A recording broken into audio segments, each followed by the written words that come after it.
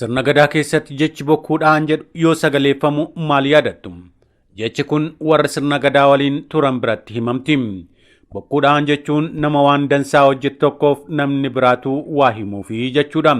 Booranni kan jedhu nama beessee osoo namarraa hin fudhatin haqummaadhaan nama gargaare nama cirrummaan beekamuu jedhama.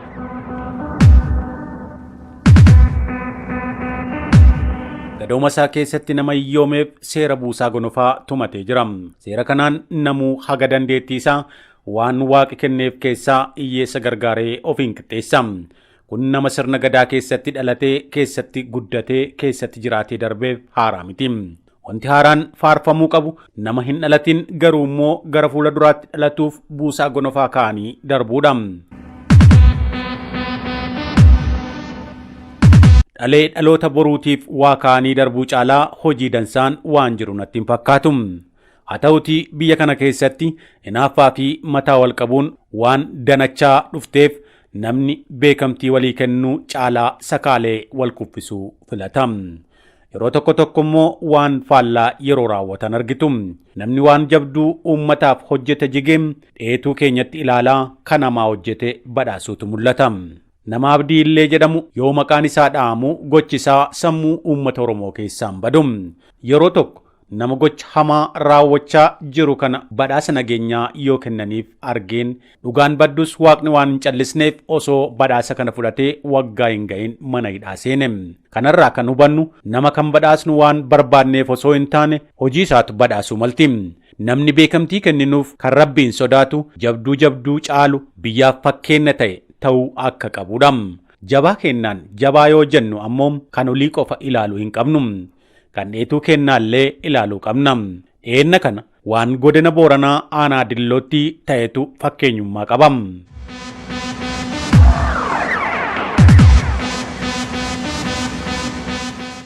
Jaarolee dhalee dhaloota boruutiif buusaa gonofaa guduunfanii seenaa dalagan sadiitu uummata isaaniitiin beekamtii argatan.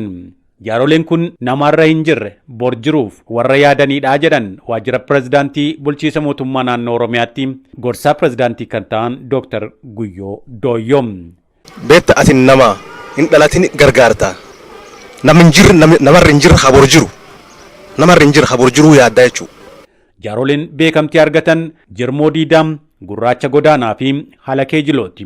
Jaaroliin kun maaliin beekamtii argatan yoo jettan yeroo horsiisee bulaan faayidaa barnootaa hin beeknetti warra Booranni akka baratu gorsaa turanidha. Mana barnootaa ijaaranii fi beektota hedduu horatanidha jedhu bulchaan aanaa Dilloo Guyyoo Ukkaam. Walinaafur mataa wal qabur abbaa beekamtii qabu beekamtii kennaafi akkasitti jaarolee seenallee beekamtii kennineefi dhaloosii eegee dhufuulleen irra barate gar duraata akka inni socho'uufidha. Maanguddoonni gochi isaanii lafarra jirtu kun osoo hin baratin warra beektota hedduu biyyaaf gumaachanidha. Booranni bara 1939 barnoota ammayyaa eegale. Umriin barnootaa horsiisee bulaa Booranaa biratti ganna 73 lakkoofsee jira. Umrii kana keessatti hayyoota akka Jaatanii Jaarsoo Soraa, Bilaal Duubaa, Shaalaqaa Jaatanii Aliim, Shaalaqaa Soleessa Jaloo fi Shaalaqaa Waariyoo Jirmoo, Waariyoo Godaanaa, Dr. Abbaa Kanuu Karrayyuufaa warra xurree barnootaa Booranatti saaqanidha kan jedhan bulchaa ittaanaa aanaa Dilloo duuba mallichaati. Gaafas man barumsa galee fuula akkana qabate maan ta'ee ijoollee iskooler tolche. Ijoollee eegee warra dhufan amma waan qarata wanni irra guuran fuula moona munaadaati guuran hawusteelii ijaaran buurii warra kanaa jechuudha. Jaarolee Booranaa bulchiisni aanaa Dilloo beekamtii kenneef keessaa Jirmoo Diidaa isaan tokko. Maanguddoon kun nama ganna 82ti. Shaalaqaa Jaatanii Alii waliin walitti dhufeenya cimaa akka qaban dubbatama. 1974 haga 75tti mana barumsaa kutaa 1 hanga 6tti hoosteela barattootaa waliin ijaaraniiru. Eela mana barumsaatiif hojjetan. Harcaatiin barattootaa akka hin uumamneef loon aannanii kalootti galchanii barattoota aannan obaasaa midhaan tumaafii turan. Mana yaalaa fayyaa kan uummataa fi barattoonni itti yaalaman ijaarsisan.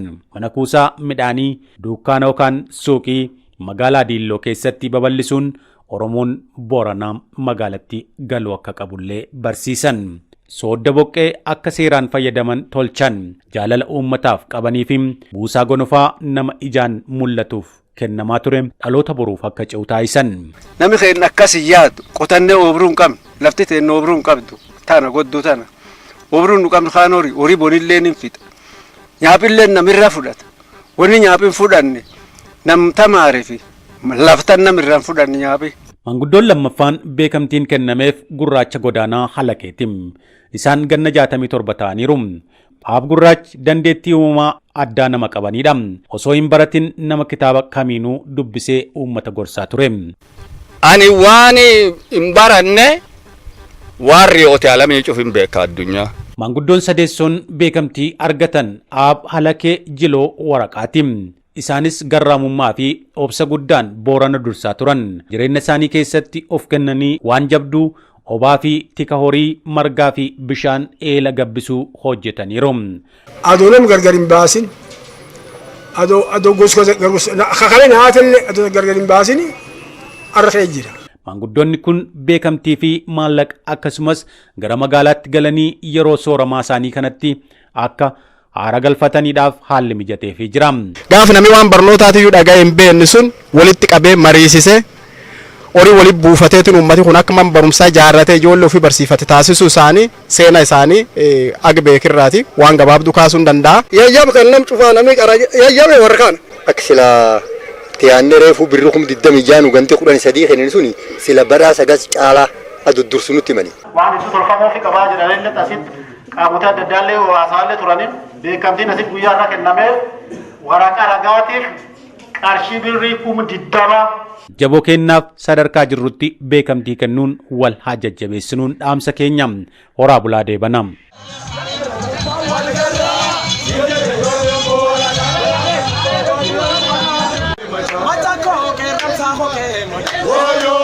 Ala kori sa juwise.